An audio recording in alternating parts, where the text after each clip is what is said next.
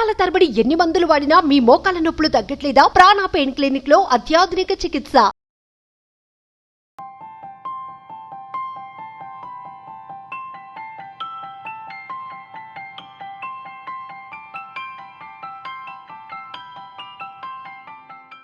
నమస్తే, welcome to Suman TV. ప్రస్తుతం మనతో పాటు ప్రముఖ వైద్యులు డాక్టర్ కిరణ్ గంగా ఉన్నారు. వారితో మాట్లాడదాం. డాక్టర్ గారు నమస్తే అండి. నమస్తే మేడం.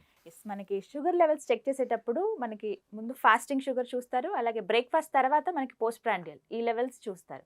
ఇక్కడ వరకు ఓకే, కానీ ఒక పేషెంట్ తను డాక్టర్ గారి దగ్గరికి వెళ్ళినప్పుడు pre lunch and post lunch కూడా చూడమని సజెస్ట్ చేశారంట. అంటే ఇలా కూడా చెకింగ్ ఉంటుందా అండి? ఇది అంటే యూజ్ ఏంటి ఇలా చెక్ చేయటం వల్ల?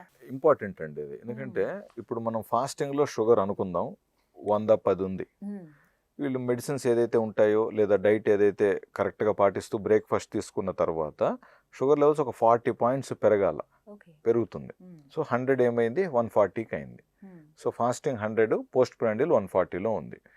సో మళ్ళీ మధ్యాహ్నం లంచ్ టైం ఉంది కదా, ఈ పెరిగిన 40 ఉంది కదా బ్రేక్ఫాస్ట్కి, ఈ మనం చేస్తున్న శ్రమకి ఈ 40 మళ్ళీ తగ్గి మళ్ళీ 100 దగ్గరికి వచ్చి ఆగుతాయి. ఒక 90కో 100-110 దగ్గర ఆగుతాయి అనుకుందాం. సో మళ్ళీ ఫాస్టింగ్ స్టేటస్కి వచ్చేసాంగా, తినబోతున్నాం. సో మనం ఫాస్టింగ్లో ఉన్నాం, మళ్ళీ లంచ్ తినబోతాం. సో లంచ్కి ముందు ఎవరికైనా మెడిసిన్స్ ఉండొచ్చు, ఉండకపోవచ్చు, what ever it is. So లంచ్కి ముందు ఇక్కడ చెక్ చేసాం. సో షుగర్ 100 ఉంది అనుకుందాం, చాలా సంతోషం. సో ఫాస్టింగ్ 100 ఉంది, లంచ్ ముందు కూడా అరౌండ్ 100 అనుకుందాం. ఇప్పుడు లంచ్ తిన్న తర్వాత మళ్ళీ ఒక 40, 50, 60 వరకు పెరుగుతాయి అనుకుందాం. సో ఈ షుగర్ ఏమైంది, లంచ్ చేశారు కాబట్టి లంచ్ ద్వారా షుగర్ లెవెల్స్ మళ్ళీ ఒక 50-60 పాయింట్స్ పెరిగినాయి. సో అక్కడ డాక్టరు లంచ్కి ముందు ఎంత ఉంది, లంచ్ తింటే ఎంత పెరుగుతుందని తెలుసుకోవాలనుకుంటున్నారు. న్యాయమే. ఎందుకంటే ఇప్పుడు ఇక్కడ లంచ్కి ముందు షుగర్స్ ఎక్కువ ఉన్నా, లంచ్ తర్వాత షుగర్స్ ఏదైనా ఎక్కువ ఉన్నా, ఇవి హెచ్బిఏవన్సీ తగ్గనివ్వవు. సో మీ ఫాస్టింగ్ పోస్ట్ ప్రాండియల్ బాగున్నప్పటికీ హెచ్బిఏవన్సీ ఎక్కువ వస్తుంది అనుకుందాం. అప్పుడు నెక్స్ట్ డౌట్, లంచ్ ముందు ఎంత ఉంది, లంచ్కి తర్వాత ఎంత ఉంది, లేదా డిన్నర్కి ముందు ఎంత ఉంది, డిన్నర్ తర్వాత ఎంత ఉంది అనేది కూడా మనం చూస్తాం. సో దీనివల్ల యూసేజ్ అది చాలా యూసేజ్. అయితే సార్ ఇక్కడ అడుగుతున్న క్వశ్చన్ ఇంకొకటి ఏంటంటే, యాడ్ ఆన్ గా మరి ఇలా పెరగకుండా ఉండాలి, ఆ పెరిగేది కూడా చాలా తక్కువ పెరగాలి అని అంటే కనుక మేము లంచ్ లో ఎలాంటివి ప్రిఫర్ చేస్తే బెటర్ అండి అని అడుగుతున్నారు. కరెక్టే. సో ఇప్పుడు ఒక పేషెంట్ లంచ్ లో అనుకుందాం రైస్ బాగా తీసుకుంటున్నారు, కూరలు తక్కువ తీసుకుంటున్నారు, పోస్ట్ ప్రాండియల్ 220 పోస్ట్ లంచ్ 220కి వెళ్ళింది అనుకుందాం. సో 220కి వెళ్ళిందంటే దాదాపు 60 పాయింట్లు ఎక్స్ట్రా పెరిగినట్టుగా లంచ్లో. సో ఇక్కడ వైట్ రైస్ ఎక్కువ తీసుకుంటున్నారు కాబట్టి మనం ఏం సలహా ఇస్తాం, అయ్యా తక్కువ తీసుకుంటే బెటరు, వైట్ కంటే కూడా పాలిష్ తక్కువ ఉన్న రైస్ తీసుకుంటే ఇంకా మంచిది, లేదా చిరుధాన్యాలు రైస్ బదులుగా వారంలో ఒక 3 రోజులు రైస్ ప్లేస్లో మీరు చిరుధాన్యాలు తీసుకోండి. సో మీ పోస్ట్ ప్రాండియల్స్ ఎక్కువ పెరగకుండా ఉంటాయి.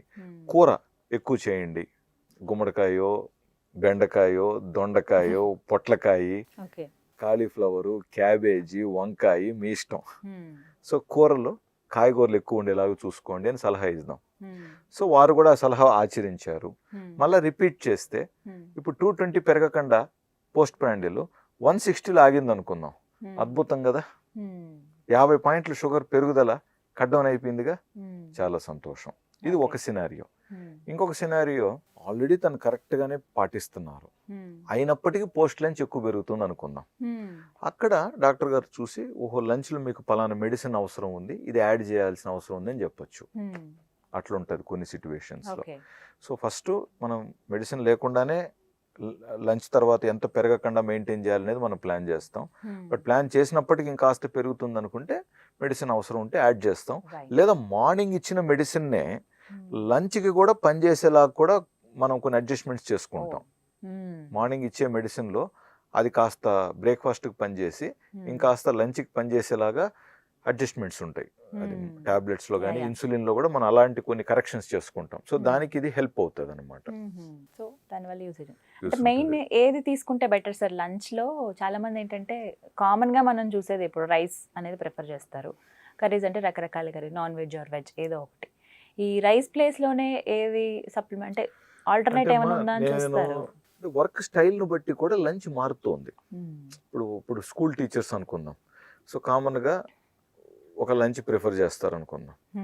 అదే ఇప్పుడు ఐటీ ఉద్యోగానికి వెళ్తున్నారు, వీళ్ళు లంచ్ వేరేలాగా ఉంటుంది, టైమింగ్స్ వేరేలాగా ఉంటున్నాయి. ఇప్పుడు స్కూల్ టీచర్ అనుకున్నాం, టయానికి గంట కొట్టినట్టు పలాంది తింటారు, ఇంకా పిల్లలకి ఆ టైం అన్నప్పుడు పిల్లలు తింటారు, వీళ్ళు తింటారు, ఇంక రోజు అదే టయానికే తింటారు. ప్లస్ అక్కడ ఈజీ కూడా వాళ్ళకి చెప్పటం, మేడం మీరు ఇలా తీసుకెళ్ళండి మేడం, మీకు కరెక్ట్ గా ఉంటుంది, మీరు ఏ బాక్స్ లో పట్టుకెళ్తున్నారు, ఓహ్ అదే బాక్సే కదా, ఆ బాక్స్ లో ఇది తగ్గించండి ఇది పెంచండి అని చెప్పి చాలా ఈజీగా చెప్పేయచ్చు.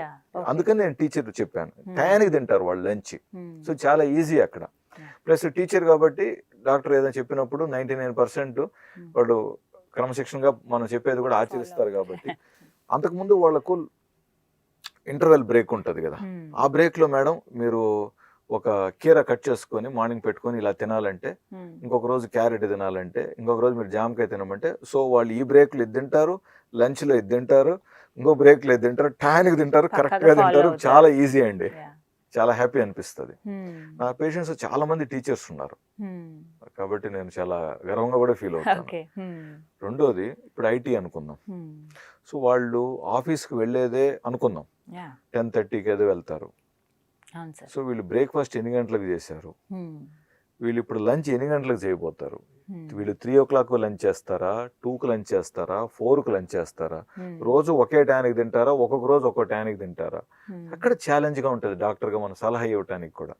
మనం ఏదైనా పలానా చెప్పామనుకోండి, ఇమీడియట్ గా ఎక్కువగా సార్ మాకు ఇది ఉండదు, అది ఉండదు, ఇది దొరకదు, ఇలా కాదు, ఇలాగే ఉంటది ఆన్సర్. సో చాలా లౌక్యంగా వీళ్ళతో సింక్ అవ్వాలి. ఒత్తిడి పెట్టామనుకోండి అది మళ్ళీ పాపం కష్టపడతారు. సో మీరు చేస్తున్న ఉద్యోగాన్ని ఎప్పుడు కూడా బ్లేమ్ చేయకండి, అది నా ఫస్ట్ పాయింట్. సో వర్క్ ని స్ట్రెస్ గా ఎక్స్ప్రెస్ చేయకండి అంటాను నేను. సార్ అది మన ధర్మం, మనం ఉద్యోగం చేస్తున్నాం కాబట్టి, మనకు ఇంత జీతం వస్తుంది కాబట్టి మనం బతకగలుగుతున్నాం, కాబట్టి మనం దాన్ని గౌరవించాలి. ఎటువంటి ఉద్యోగం అయినా సరే మనం దాన్ని ఫస్ట్ దండం పెట్టాలి, గౌరవించాలి.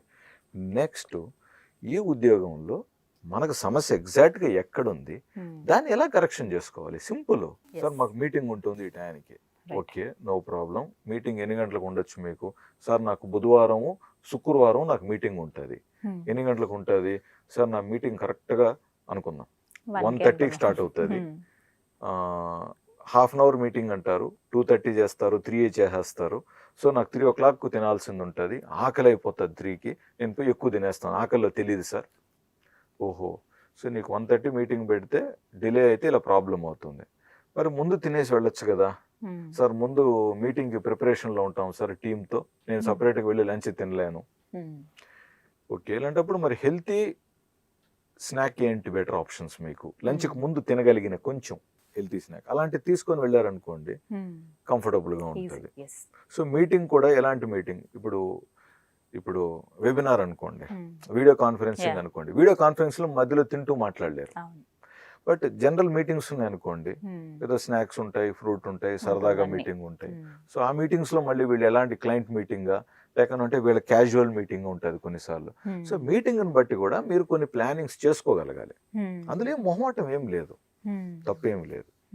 సో అదే విధంగా తాగగలిగినవి ఏదైనా ఉన్నాయనుకుందాం, ఇప్పుడు మీకు వాళ్ళు మీటింగ్ లో ఒక జ్యూస్ ఇస్తున్నారు, లేదా ఒక సాఫ్ట్ డ్రింక్ పెడుతున్నారు, లేదా అందరికి షుగర్ వేసిన కాఫీయో టీయో పెడుతున్నారు మీటింగ్ లో, మీకు 2 సార్లు కాఫీలు పెడతారు, లేదా బిస్కెట్స్ ఇస్తారు, ఆ బిస్కెట్స్ కూడా ఏంటి మైదాతో చేసిన బిస్కెట్లు మీకు పెడుతున్నారు. సో ఇవన్నీ కూడా మీకు అనుకూలం కాదు. సో మీ ఆప్షన్స్ ఏంటి, ఇప్పుడు ఉదాహరణకి అలాంటి కప్పులోనే రాగి జావ కూడా మనం తాగొచ్చు. సో హార్డ్గాను ఉండదు, చూడటానికి మీరు అందరితో పాటు తాగినట్టే ఉంటుంది, బట్ మీకు అనుకూలంగా మీరు తీసుకుంటున్నారు కదా. ఇట్లా కొన్ని ప్లాన్ చేసుకుందాం, ఇట్లా కొన్ని ప్లాన్ చేసుకోవచ్చు. సో మీ డాక్టర్ కూడా మీతో మీ దగ్గర నుంచి ఏం ఎక్స్పెక్ట్ చేస్తున్నారు, సో మీరేం ఎక్స్పెక్ట్ చేస్తున్నారు, ఇవన్నీ ఉంటాయి. మళ్ళీ సన్నంగా ఉన్నారా, లావుగా ఉన్నారా, ఏజ్ గ్రూప్ ఏంటి, మనం ఇవన్నీ చూసుకుంటాం మనం.